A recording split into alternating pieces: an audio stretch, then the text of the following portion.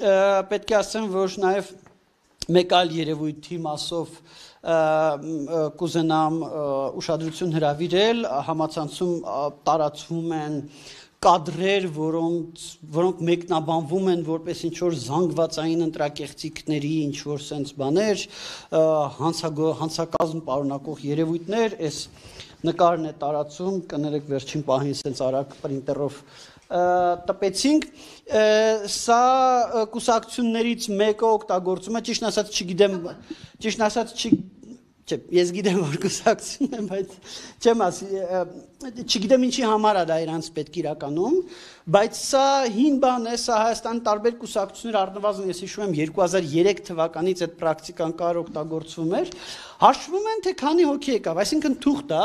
թղթի վրա համարներ են 1, 2, 3, 4, 5, 6, միջև, չէ, նույնիսկ պլյուս մինուս չի սա։ Սենց թվերը բնական թվերը իրար հետևից գրած են 1-ից միջև չգիտեմ, ասենք 2000։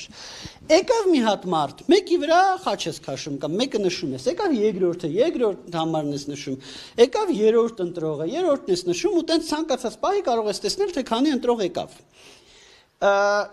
Ինչի էին դա անում 2003 թվականին կամ 2005 թվականին, ես գիտեմ։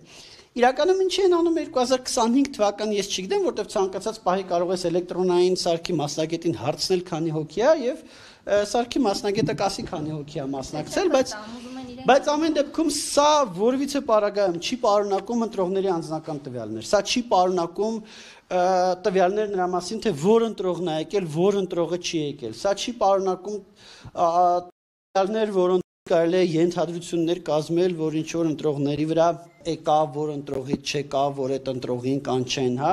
Սա ընդհանրապես պարունակում է տվյալներ, թե այդ պահի դրությամբ քանի հոգի է եկել, հա։ Եվ այս առումով, թեև սա տարածում այն մեկնաբանությամբ, որ ստեղ հա չուտ լինի հանցագործություն կա, ստեղ ոչ միայն հանցագործություն չկա, ստեղ որևիցե խնդրահարույց երևույթ առհասարակ չկա, թե այս կուսակցությունը ինչ մոտիվացիան որն է իրենց սա անելու ես չգիտեմ արժի որ իրանք ասեն, բայց ստեղ մենք որևիցե խնդիր չենք տեսնում, առերևույթ ակնհայտ է, թե սա ինչ է իրենց ներկայացնում։